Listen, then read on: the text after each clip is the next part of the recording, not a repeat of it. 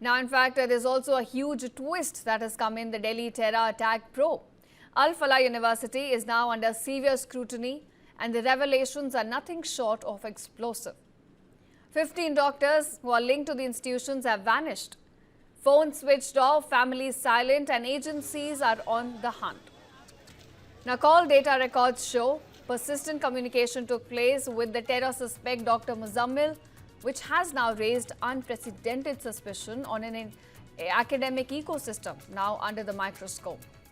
Raids across Nuh, Dhauj and surrounding Haryana sectors, they have led to about 2 detentions so far, both with direct links to terror Dr Muzammil, and the interrogation is still underway to uncover whether they did help Dr Umar procure explosives for the blast. Meanwhile, Delhi is also picking up the pieces as it comes to terms with a shocking terrorist attack. Here's an update for the commuters in Delhi specifically. Now, all gates of the Lal Killa metro station have been fully reopened for public movement. Earlier, restrictions at the station, which were put in place as a precautionary measure, have now been lifted, and passengers can now access the station through entry and exit points without any disruption. And now, in the midst of all of this, investigators believe that Dr Umar, the terrorist, assembled the bomb in barely 3 hours, and that too inside a parking lot before he triggered the deadly blast. So the question here is unavoidable. Was Falah University just an institution or the nerve center of this white-collar terror design? Now, that's not all, viewers, that we have at this point. There's also been a major breakthrough in this case. A doctor arrested from Pathankot may in fact now be the missing link which connects the Delhi blast to a deeper trans-state terror network. Dr Riyaz Ahmad, once employed at Falah University, has now been taken into custody. And this is after investigators confirmed sustained contact with the main terrorist in this case, Dr Umar. But what's also raising eyebrows is not just his proximity to the masterminds, but his timeline. You see, his stint at Falah took place between 2020 and 2021. So this overlaps with the very period during which the alleged module, the Jaish module, was quietly expanding. Crime branch teams have raided Falah's trust office in Jamia Nagar, Faridabad. Authorities have seized documents, and agencies are now probing whether the university's academic spaces were misused as operational hubs by these doctor-turned-terrorists. And as the puzzle edges closer, because an arrest was made in Pathankot, this may crack open the entire medical terror nexus. But viewers, what we've seen so far just seems to be the tip of the iceberg. Nearly 200 doctors at this point and medical students across Uttar Pradesh and Kashmir. Right now, they are under the scanner in the Delhi blast case.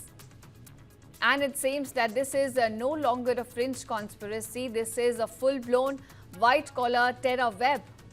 It is built on medical credentials, cross-border links, encrypted communication, as well as ideological recruitment.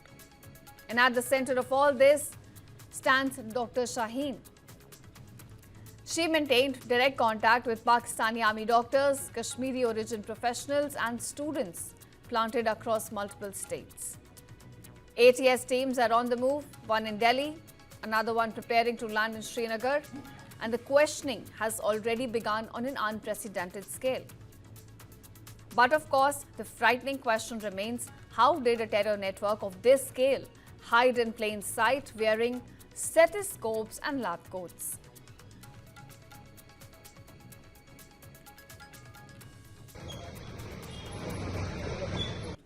Business among the medical fraternity in Jammu region is concerned. They're saying that a few doctors have brought not only a bad name to the entire medical fraternity, but also they have put them on the radar for the mischievous acts and the terrorist acts of few doctors. But let me say it like this also. I mean, if you look in the history of terrorism across the world, this is not the first time that educated youth have joined. This Osama bin Laden, he himself was an engineer. Al-Zawahiri, number two, he was a doctor. Zakir Musa, the deadly terrorist in Jammu and Kashmir. Aminu Pandya might be knowing him. He was a dropout of engineering student. Then there was a PhD scholar, Basar Hassan. He was killed in an encounter. The man who beheaded this Daniel Pearl, uh, he was also linked to the 9/11 bombing. Right. uh, I'm not Osama. He was also a highly educated person. So there is a Absolutely. track record of educated person joining terrorism.